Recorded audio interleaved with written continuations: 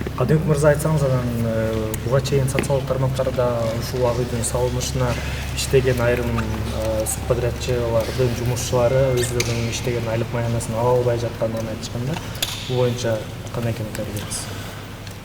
Бул ак үйдүн курулуш иштеринде 3000ден ашык бүгүнкү күндө биздин куруучулар жумуш кылышты.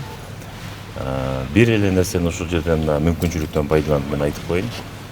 Мамлекет тараптан эч качан бирөөнүн эмгегин бербей койду деген болбойт да. Субподрядтар бар.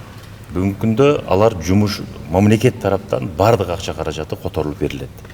АВР деп коет, бардык АКВПнын работтор тапшырылгандан кийин ошол жерде технадзор, прорабтар бардыгы кол коюп бергенден кийин АВРге значит акча каражаты которулуп берет. Бирок ички ошол субподрядтын иштеген ички кухнясына мындай айтканда биз ага аралаша албайбыз. Мына кече эле могу жерде өзүңөр көрдүңүздөр, бир случай болду. Ошол биз ак үйдө иштегенбиз, мына биз деп акча каражатын ала албайбыз. Мына беттештик кечээ күнү биз чакырып, моментально мен өзүм ошол жерде эки тарапты тең отургузуп атканда, биз мамлекет тараптан наоборот 3 миллион 450 миң сом мындай ашыкча каражат алынган да. То есть бүгүнкү күндө жасалбаган дагы жумуштары турат.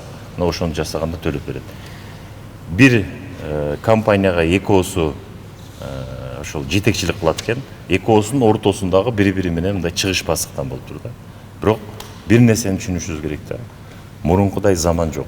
Ар бир нерсени, кадамдарды өзү өлкө башчыбыз Садыр Кожоевич, анда өзүңөр көрүп атасыздар, мына Камчыбек Кыржышаевич ар бир нерсени контролдоп текшерип турат.